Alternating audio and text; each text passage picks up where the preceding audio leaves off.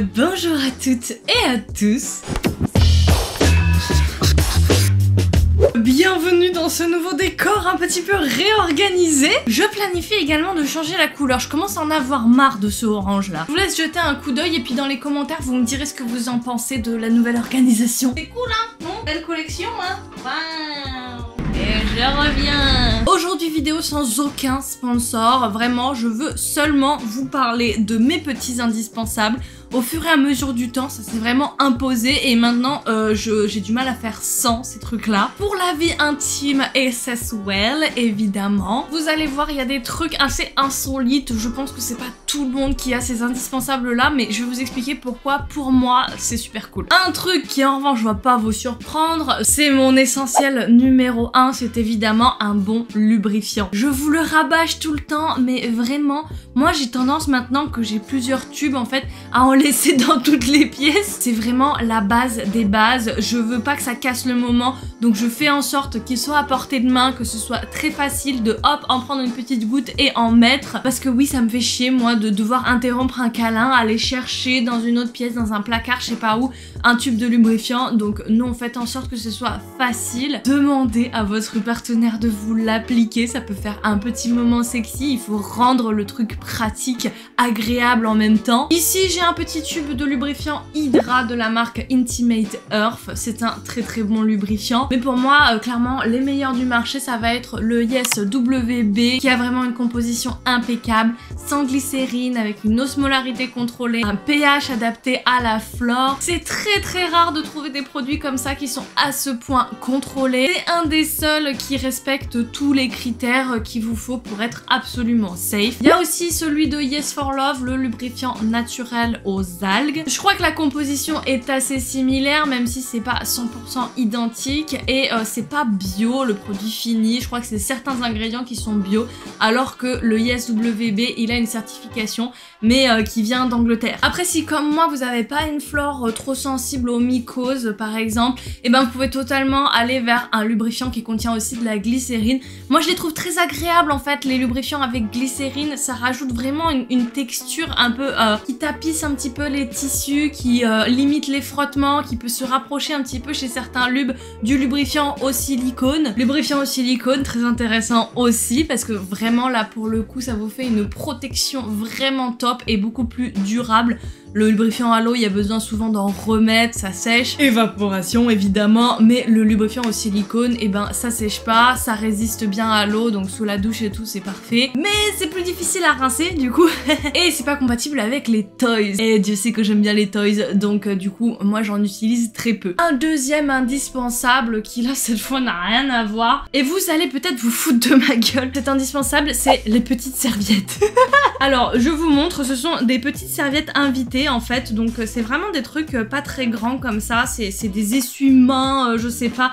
À Ikea, ils vous en vendent par paquet. J'en ai trouvé aussi sur Amazon. Moi, j'en ai un stock pas possible parce que j'ai utilisé en fait au studio de tatouage avant le Covid. J'avais prévu ça, mais finalement pas trop possible. Pour s'essuyer les mains en fait au lavabo, après les toilettes, pour avoir une alternative au papier qu'on jette et on produit énormément de déchets. Moi, je les utilise en fait pour l'after sex. Tout simplement, j'en ai toujours dans ma salle de bain et après avoir fait un câlin, et ben moi et mon chéri, on va se faire une petite toilette à l'aide d'une de ces petites serviettes qu'on va humidifier. Donc moi je l'utilise vraiment mouillée, hein. Je l'ai pas sous l'eau chaude. C'est trop agréable une serviette chaude sur son corps après avoir fait des câlins. Vraiment, si vous n'avez jamais testé ça pour faire votre toilette intime, moi j'ai souvent la flemme de me faire une douche entière, j'en ressens pas forcément le besoin, sauf si on a fait du sport, on a transpiré et tout, mais si j'ai envie d'un truc rapide et de me sentir fraîche quand même, et ben j'utilise une serviette chaude, c'est absolument parfait. Et on s'en fait un petit rituel de self-care, même de soin de l'autre, parce que on se dit ah je t'amène la petite serviette et tout,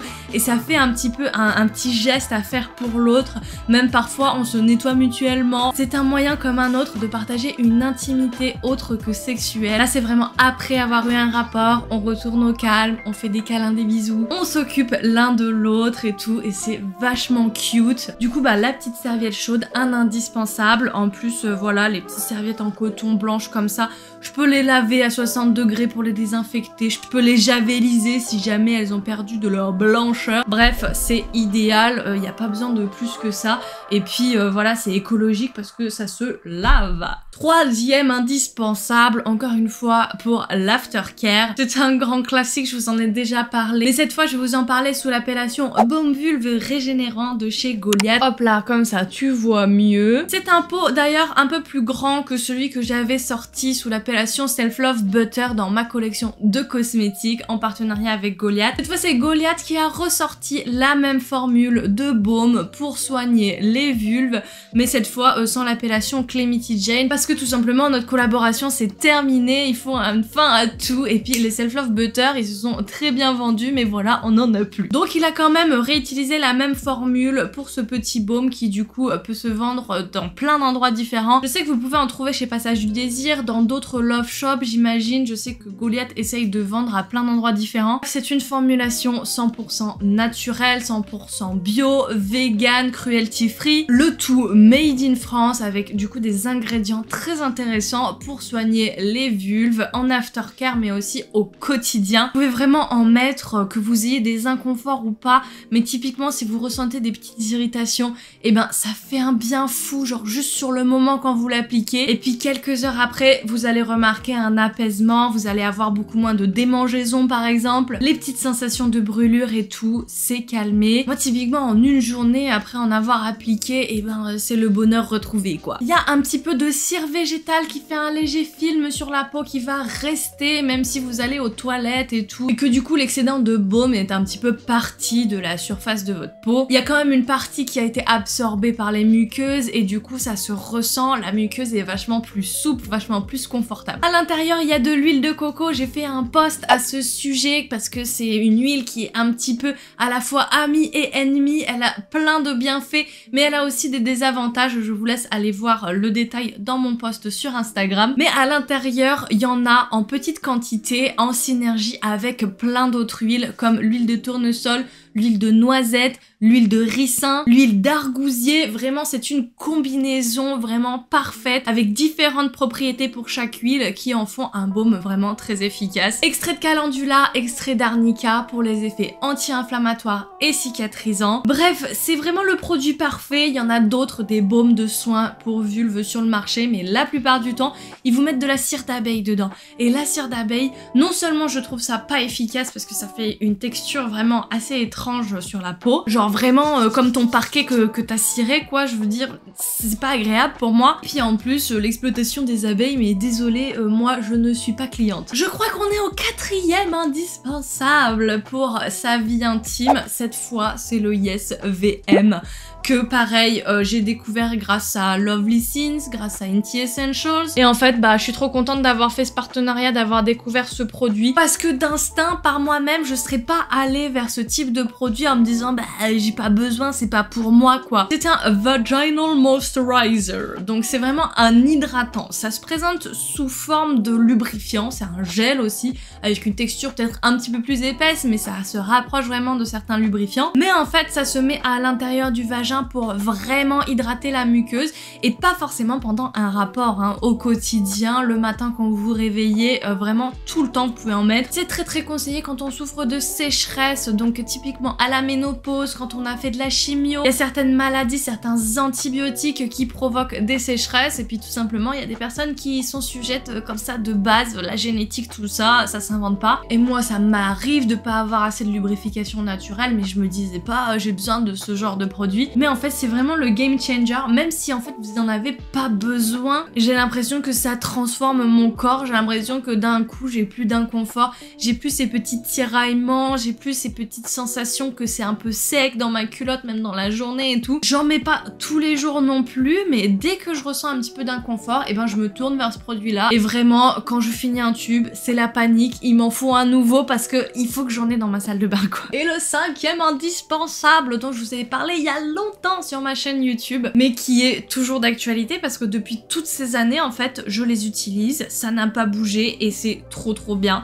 ce sont les cups souples pour pouvoir avoir des rapports pendant ses règles. Oui, vous m'avez bien entendu, je crois que c'est pas très populaire et que c'est pas très connu, mais ça existe des cups qu'on peut mettre et garder dans son corps pendant qu'on fait des rapports. Alors moi j'en ai testé de 2 marques différentes, en vrai même 3, parce qu'il y avait aussi la marque Flex qui avait des cups comme ça mais en jetable, donc autant dire que je les ai finis depuis longtemps. Et puis j'ai pas trouvé ça top, même au niveau sensation et tout, c'était vachement moins bien que celles-ci qui sont en silicone. Ici j'ai la Nixit, donc c'est vraiment un truc rond comme ça, avec vraiment une membrane très souple à l'intérieur. Mais ma vraie préférée, ça va être la Ziggy Cup, qui est de la marque, attends, c'est Intimina ou Intimissima? Je me mélange parce qu'il y a des marques qui ont presque le même nom. Je vous l'affiche à l'écran de toute façon la référence, et puis je vous mettrai ça en barre d'infos, même si encore une fois c'est des produits que peut-être j'ai reçus gratuitement, mais je suis pas du tout rémunérée pour vous en parler. La Ziggy Cup, elle